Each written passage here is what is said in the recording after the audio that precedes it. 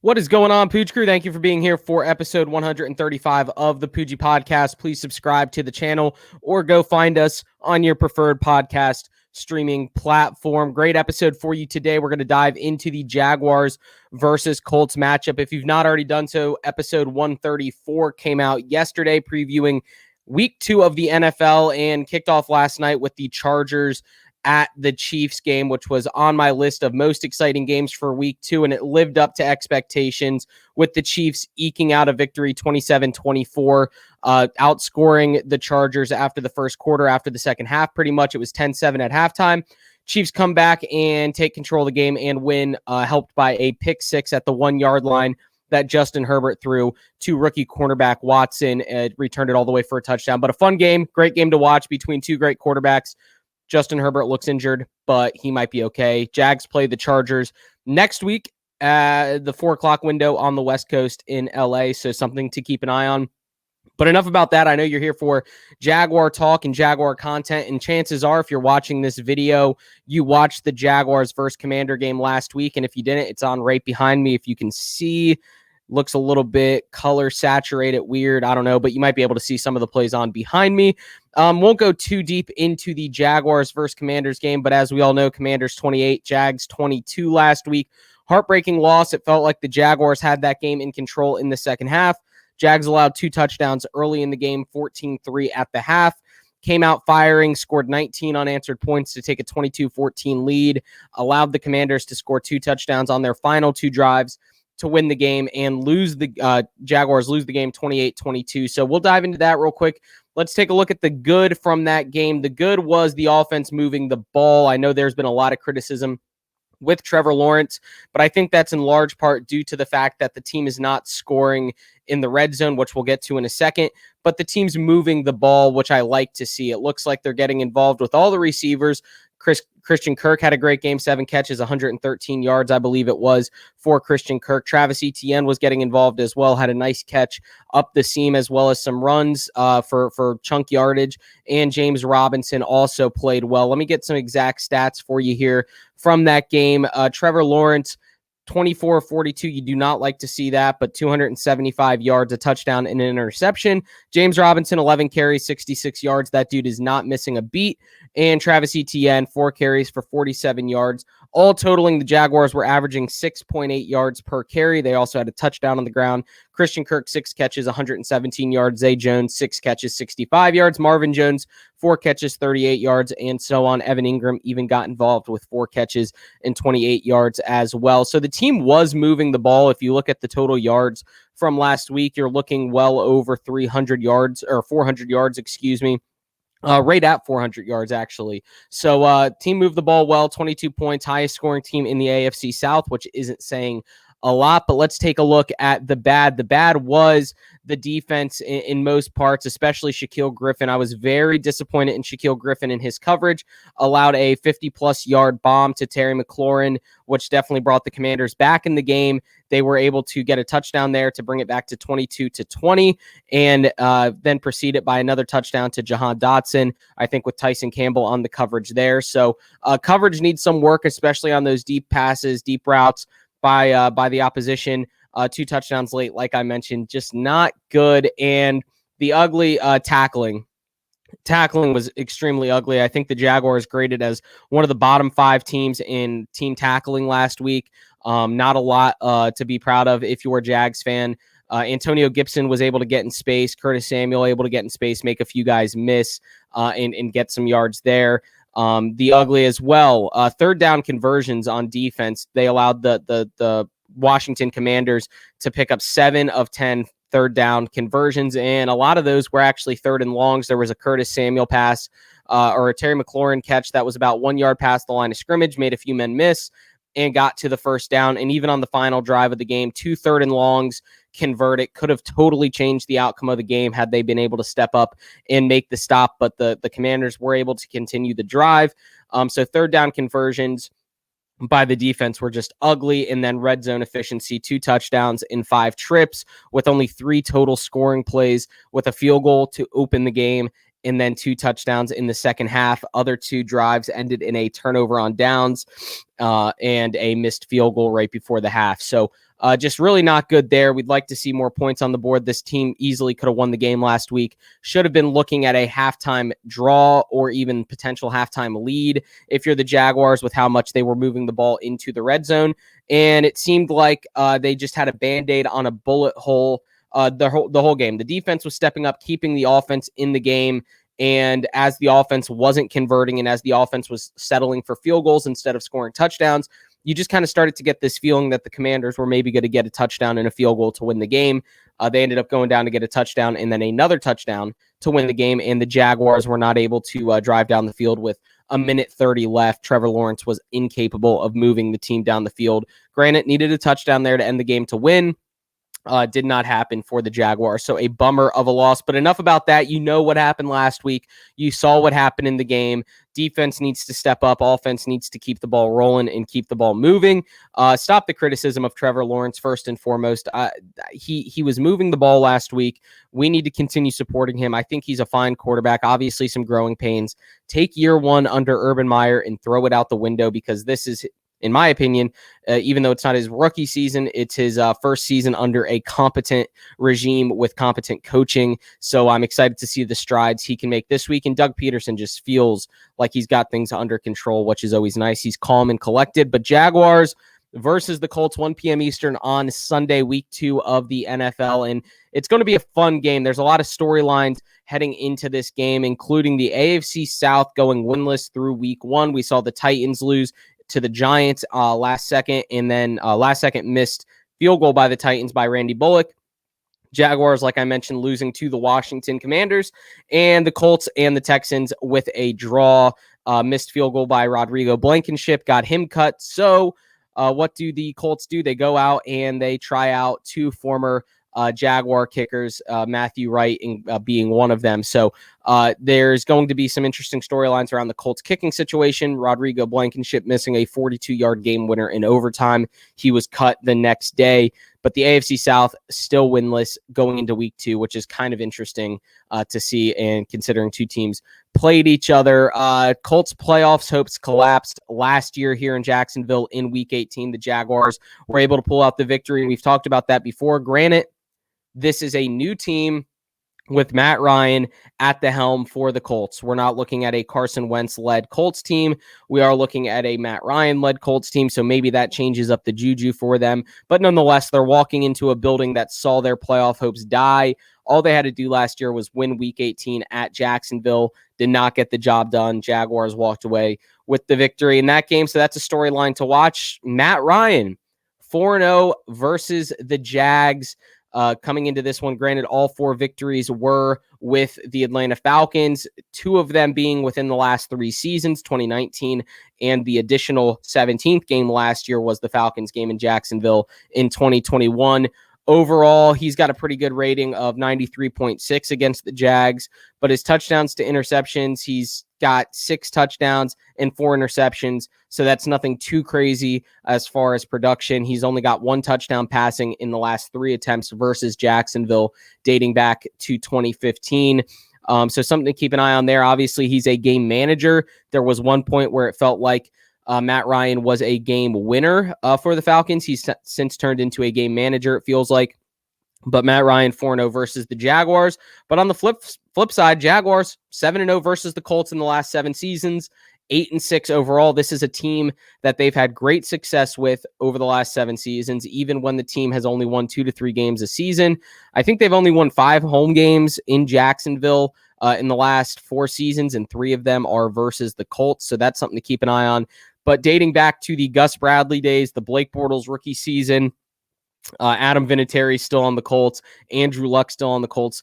Those were the last times that the Colts beat the Jaguars in Jacksonville. So will the Jaguars be able to keep that streak alive? One of these is going to have a loss. Either Matt Ryan 4-1 versus the Jags, or the Jags 7-1 versus the Colts at home in the last 8 seasons. That's going to be something to watch. But let's get to some keys of the game in this one. for the Jaguars versus the Colts. And the first and obvious key to the game is going to be keeping Jonathan Taylor in check. I mean, you can't overstate this enough. He's one of the best running backs in the league, and the Colts are extremely committed to Jonathan Taylor. So much so that over 100 of his rushing yards last week came while the team was losing in a game to the Texans. So this team did not abandon the run.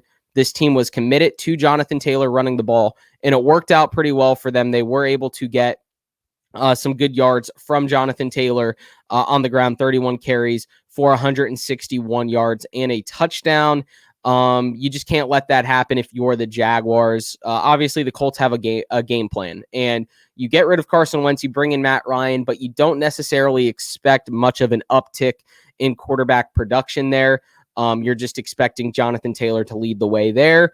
So it's interesting to me that even when they were down 20-3, they were still feeding Jonathan Taylor. He averaged 5.2 yards on the ground in this game against the Texans. So the Jaguars are going to have to do a good job against Jonathan Taylor in this one, which honestly, when I look at it, looking back to last game against the Commanders, the Jaguars did only allow 85 yards on the ground to the Commanders, 58 to Antonio Gibson, 17 to Curtis Samuel on 4 rushing attempts there. So Jaguars run defense last week looked great, but if you watched last week's episode, I said the thing that I was scared most of was Antonio Gibson and J.D. McKissic catching passes out of the backfield, and that's exactly where they beat the Jags last week. Antonio Gibson, 7 catches for 72 yards. He was their leading receiver last week. 7 catches, 72 yards, and J.D. McKissic, 3 catches for 20 yards on 3 targets. So obviously, this team has difficulties defending against running backs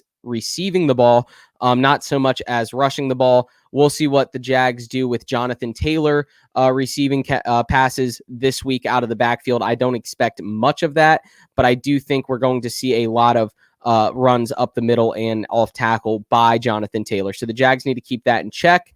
In fact, Jonathan Taylor only 4 catches for 14 yards last week against the Texans. So second key to the game is going to be pressure on Matt Ryan. He is a good quarterback with a clean pocket. When he does get in under pressure, those stats kind of drop. If you look at his 2021 rankings, he was graded by PFF 87.8 in a clean pocket, and that dropped all the way down to 53.6 in a pressure pocket. He did, however, still complete almost 50% of his passes, just under, more like 45% of his passes under pressure, averaging 6.4 yards per pressured drop back, which was extremely high in the league. I think that was second highest average yards per pass in the league, or per completion in the league last year. So get Matt Ryan under pressure. You're going to see his passer rating drop. You're going to see some bad decision making. And this is a guy that just passed 60,000 passing yards last week against the Texans. I think he's one of a handful of quarterbacks to actually throw for over 60,000 yards in his career. He does have, I think, 378. Let me see if I have the statistics here. 378 career touchdowns to 171 interceptions, if that's correct. I hope it is. But yeah, 368 touchdowns, 171 interceptions. So he's just got above a 2-to-1 touchdown to interception ratio there as well. So this isn't a guy that at this point in his career scares you too much as far as putting up massive numbers, 300 plus yards through the air, but more so just managing the game, giving that ball to Jonathan Taylor. And last but not least, let's go ahead and limit Michael Pittman Jr. A lot of people were calling for a breakout season from Michael Pittman Jr., and I think that's exactly what we saw in week 1. 9 catches on 13 targets for 121 yards and a touchdown, including a late touchdown that tied the game at 22-20 for the Colts. So obviously this team wants to get Michael Pittman involved when they are passing. The only other receivers on the Colts behind 13 targets was 6 targets for 2 receivers and 6 catches for 50 yards and 3 catches for 46 yards. And that was by Nyheim Hines, a running back, and a rookie Dublin. some guy named Dublin. Not even going to lie, I have no idea who that is. So Michael Pittman is really the guy you're going to want to look out for in this game at the receiver position, but you didn't need me to tell you that. You know that because he is a great receiver for the Colts. For the Jags, keys to the game, run the damn ball. Last week, 42 passes and only 15 runs between James Robinson and Travis Etienne. So you look at what the Jags did last week. They were passing the ball. Doug Peterson had a quote in his press conference. I think he said, "You pass the ball to score, you run the ball to win." Well, even when the Jags were winning 22-14, they still were not running the ball enough. I think they put a little bit too much pressure on Trevor Lawrence to try and move the ball when they had two running backs averaging over 6 yards per carry. 6 yards per carry. Like I said earlier, James Robinson, 11 carries, 66 yards. ETN, 4 carries for 47 yards. When you're seeing those numbers, you have to feed these guys the ball. You cannot go away from the run, especially when you're up in a game. Now, I get it if the shoe's on the other foot and you're down, you want to pass, you want to try and play catch up. But asking Trevor Lawrence to throw the ball 42 times is a bit much when you have a backfield that's led by two very capable running backs in James Robinson and Travis Etienne. So for the Jags to win this game, they are going to have to run the ball in this game. And hopefully week 1 was a good barometer for the Jags to see what James Robinson was capable of as far as his health. And he looked like he was back to the old James Robinson that we all know and love. And Travis Etienne getting involved too was a great added bonus cherry on top there for the Jaguars rushing game. And convert in the red zone, as I mentioned earlier, 5 red zone possessions last week for the Jaguars, only 2 touchdowns, a field goal, and a turnover on downs on a dropped 4th down and a missed field goal as well. So you got to score touchdowns in the red zone. I mean, this isn't college. You're in the professional football league. You're in the NFL.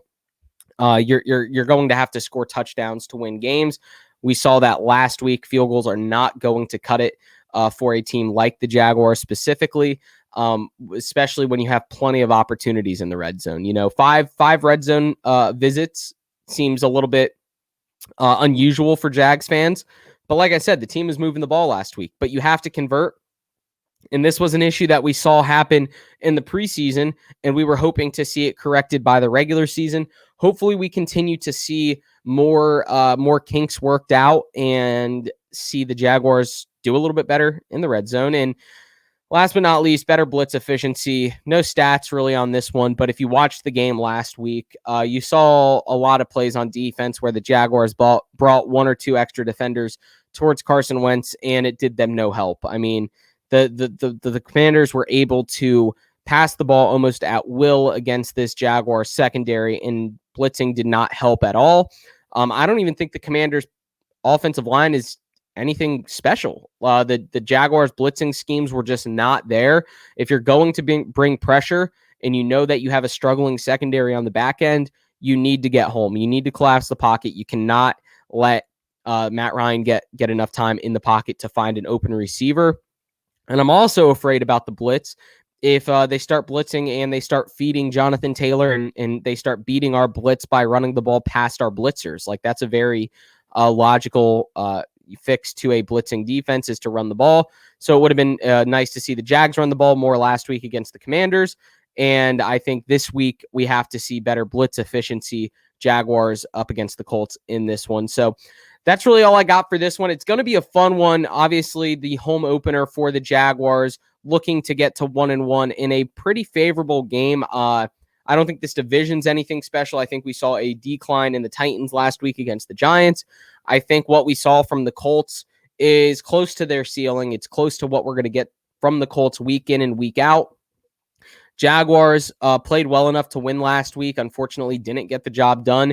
But I hope the bank is rocking on Sunday at 1 o'clock. Looks like the weather's going to be a little crappy. Maybe that lends more towards a running game for the Jaguars and maybe even for the Colts. So this could just be a ground and pound game for these two teams, which if that's the case, Jonathan Taylor might have his way with this defense. But at the same time, I think James Robinson and Travis Etienne are very capable counterpunches to anything Jonathan Taylor throws at the Jaguars. So appreciate you being here. Score prediction. I should give you guys a score prediction. I don't really plan this out in advance, but in this one, I'm going to go, if it is a slower paced game and we are running the ball a lot and the Colts are running the ball a lot, I'm going to go with a 23-21. You know what? I'll go with the Jaguars victory in this one. 23-21, Jaguars take this game from the Colts, extend that streak to 8-0 at home against the Colts over the last 8 seasons and get to 1-1 and a pretty strong hold on the division. And hey, at the end of this week, the Jaguars could see themselves in the driver's seat for the AFC South, which is saying a lot for a team that has not been able to say that in a long time. Texans versus the Broncos. I expect the Broncos to have a bounce back game. And the Bills versus the Titans. I think the Bills are the best team in the league. Again, go watch episode 134. It should be somewhere around this video towards the end of the video, or go find it on the page. And please subscribe as well to the channel and help us grow any way you can to support the podcast. So appreciate you all being here. Go subscribe, go like, share the video, and comment your thoughts below. But thank you again. Go enjoy some college football tomorrow. But whatever you do, go make this world a better place and take care.